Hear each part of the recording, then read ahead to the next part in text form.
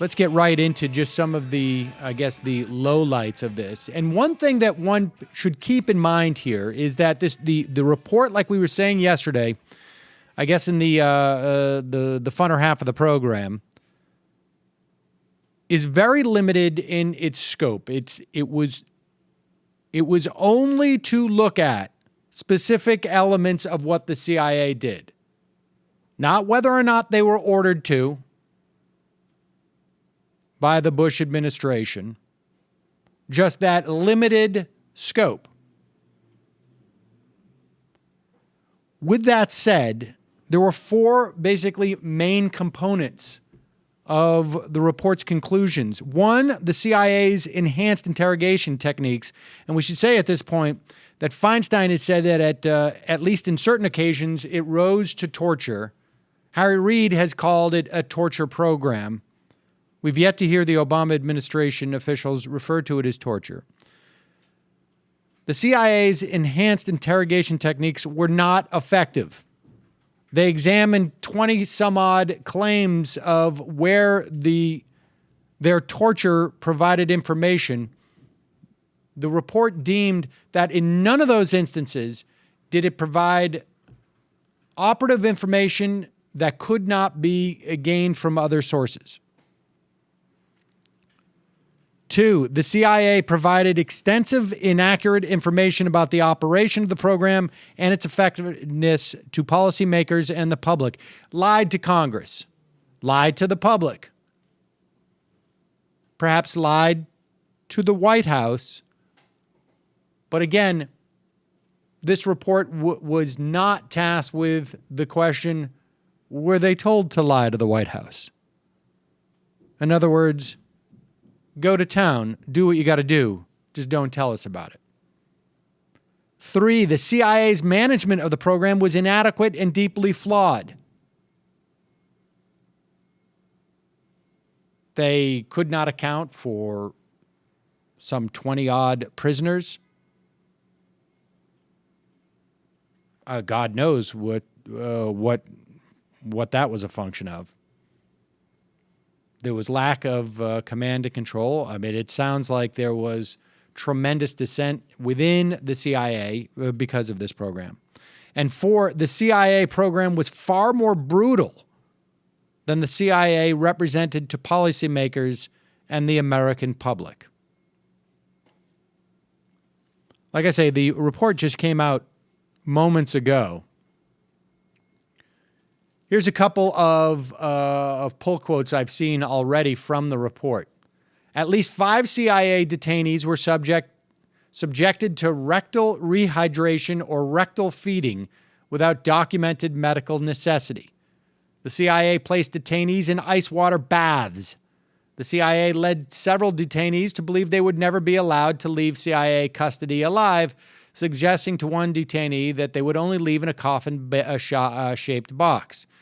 One interrogator told another detainee that you could never go to court because we can never let the world know what I have done to you. CIA officers also threatened at least 3 detainees with harm to their families, to include threats to harm the children of a detainee, threats to sexually abuse the mother of a detainee, and a threat to cut a detainee's mother's throat. From another section,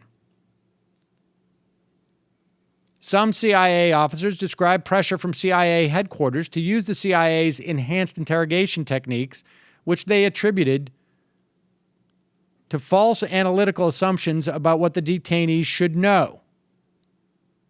As the chief of RDG stated to the OIG would be the Office of the Inspector General in February 2003 interview, CTC, that's headquarters, does not know a lot about Al-Qaeda, and as a result, headquarter analysts have constructed models of what Al-Qaeda represents to them.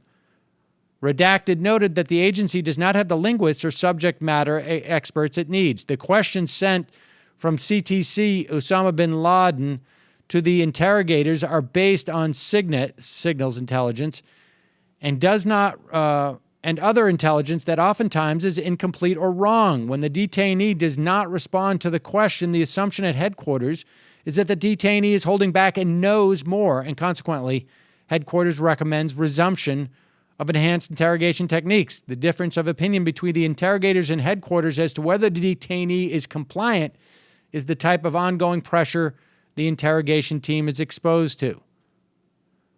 Redacted believes the waterboard was used recklessly too many times on Abu Zubaydah at detention site Green. That's obviously a pseudonym, based in part on faulty intelligence.